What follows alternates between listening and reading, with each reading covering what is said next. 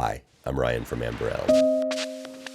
I talk a lot about synthesizers on this channel. Synthesizers, synthesizers. See, I'm sure if you watch my channel, you're pretty fond of them too. One of my favorite ways to use them, besides just like exploring sounds, is making ambient pads and textures to pair with the different genres of music that I write. I feel like maybe sometimes though, I can get tunnel vision working with them and completely forget about the other tools at my disposal. And if you, like so many people, are using any DAW, you have a ton of tools just sitting around that are really easy to forget about. Or maybe not. Maybe you just want to keep the signal flow purely analog, and if that's the case, I totally get it. But if not, stick around because I want to go into a few ways of making ambient textures using not synthesizers. Using other tools. I was reminded this week of these other tools while I was messing around with my Rhodes, but we'll get to that. Really quickly though, just a reminder that the video is timestamped, so feel free to jump around to whatever section that you want. First, let's talk about why you'd want to make ambient textures. I mentioned in the last video I made on this topic that I don't write strictly ambient music, and that's still mostly true, but ambient textures play really nicely with a lot of different styles of music. Whether it's lo-fi, synthwave, vaporwave, or even neoclassical, ambient textures can add a touch of complexity, interest, or even subtle rhythm. So let's get into it. The first example is actually a free tool that I've had for like 2 years, but for some reason constantly forget about. It's a program called PaulStretch, or PaulXstretch. It basically takes any audio you load into it and stretches it out, and can take it from stretching it a little to like 1,000 hours long, maybe longer. I don't know, it's crazy. In a nutshell, it takes a sound like this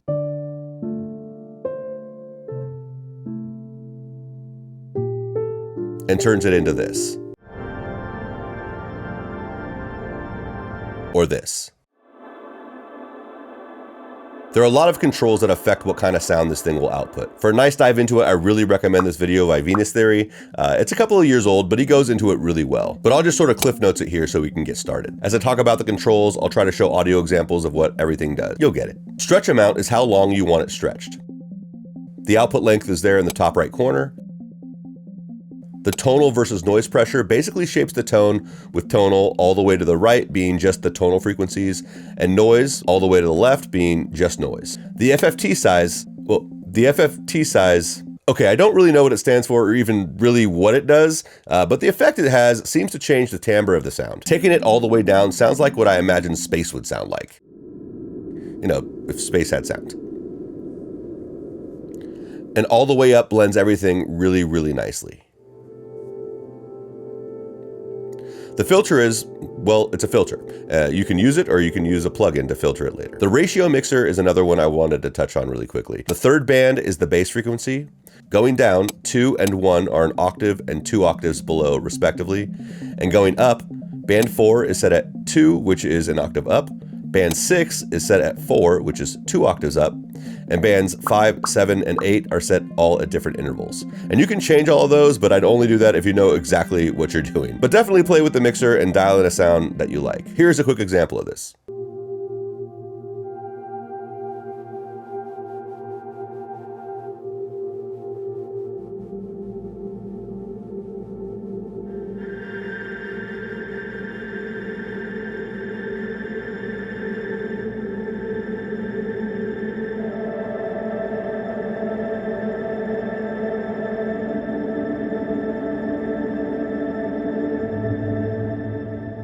The harmonics section is really cool. It can put out some really great outputs, but it gets really useful if you know what notes are at which frequencies. I do not, so I use this chart, which I'll link in the description.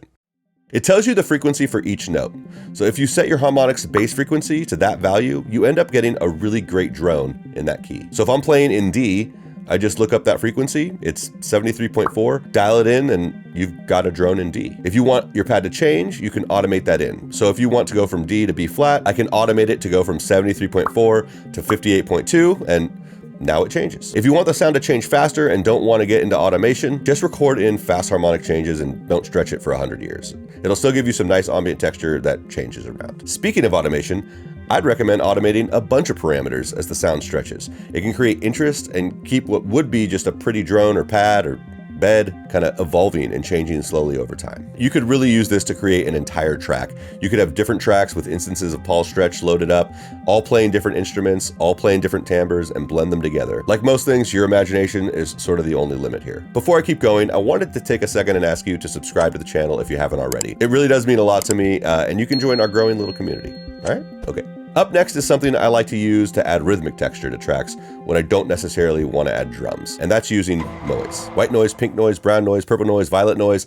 So many noises. Grab a noise source. Full disclaimer, this would be way easier using a synthesizer that has a noise source. But I really wanted to do this without using synthesizers, so you can do a couple of things here. Download some white noise, pink noise, or brown noise, violet noise, blue noise, or go into your DAW and see if they have something called a test oscillator. In Logic, it's a studio plugin under Utility. In the plugin, you can select white noise. Now, this part may be a bit Logic-centric, but hopefully you can get the concept and apply it to whatever DAW you're working in. Next, add a noise gate. This way it won't play when you're not. I like to set mine to gate, but ducking also makes a cool effect too. Depending on the instrument you're using, you'll want to tweak the gate to where the noise is only happening when you want it to. I'm going to sidechain it to instrument 1, which is my felt piano, but you can sidechain it to an audio source or anything else. Now when I play that instrument, the gate opens and lets the noise through.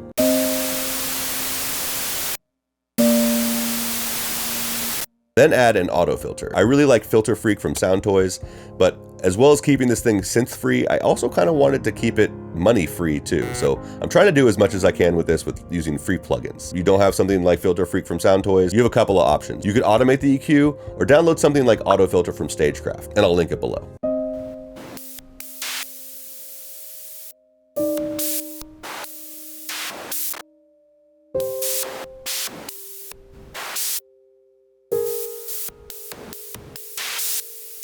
Next on the chain is a general EQ, and your taste may vary, so have at it. And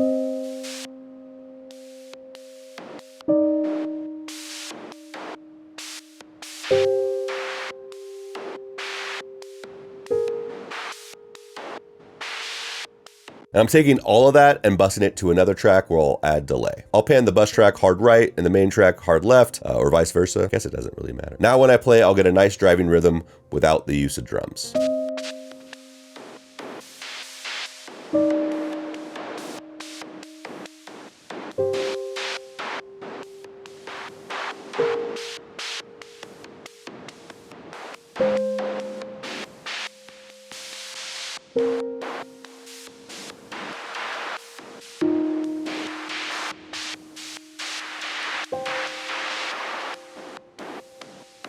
I really like this, but the nice thing is you can make this in 1,000 different ways. Add more plugins, alter the timing, the delay, and my favorite thing about working with white noise is that it contains all the frequencies. So if you get clever with your EQ, you can actually get tones out of it. Bus it enough times, or add enough EQ bands to the same plugin, and you can get some really cool chords just by accentuating different frequencies and ducking the others.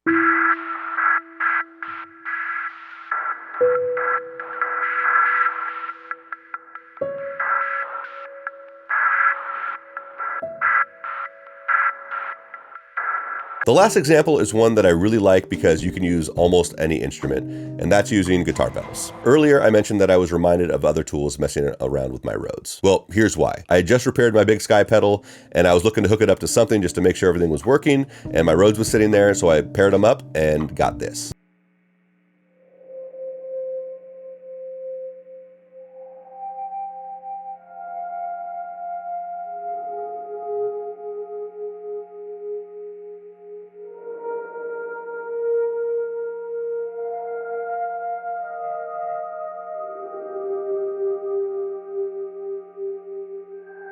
Now, this will work without a Big Sky or a Rhodes as long as you have any instrument or any virtual instrument in your DAW and a reverb that will go 100% wet and kill the dry signal. This is probably the easiest one to do on this list and makes sounds that can come in and out during a piece to add a little bit of texture. Pulse stretch is great, but it's also pretty constant, and the noise source rhythms are also pretty apparent. I like this because as a piece unfolds, you can just add these little stings or emphasize different parts. You can use it as sparsely as you want, but it does add a nice texture. And I'm using a reverb pedal, but you could do this with most sources that can smear sound. You know, a fuzz pedal, a glitch pedal, some delays, any combination of pedals put together. And the combinations are pretty endless. And considering that you can also use different sources for your sound, you know, a guitar, a piano, Rhodes, clarinet, harmonica, violin, cello, trumpet, marimba, I feel like I might just be naming all the instruments. You get the point. You heard what the Rhodes sounded like through the Big Sky, but if I change that out for a harmonica, you get a way different texture. Similar, but enough to where you'd be able to make a decision about which fit the track more. And of course, you don't need physical guitar pedals for any of this. You can always just use plugins that accomplish the same thing.